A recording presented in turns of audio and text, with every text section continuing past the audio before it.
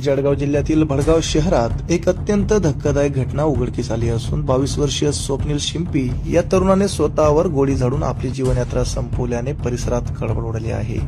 स्वप्नील दिनांक 19 एप्रिल रोजी सकाळपर्यंत नेहमीप्रमाणे कुटुंबीय व मित्रांसोबत घरात वावरत होता।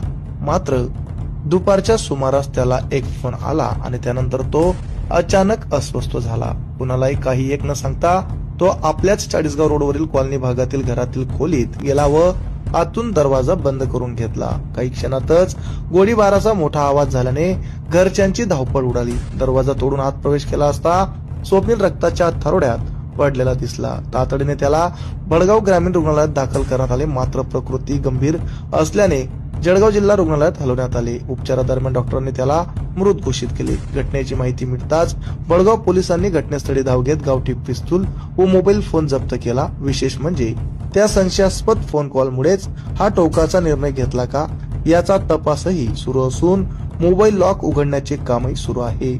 या आत्महत्येमागील नेमके कारण अद्याप गुढच असून पुढील तपास भडगाव पोलिसांकडून सुरू आहे।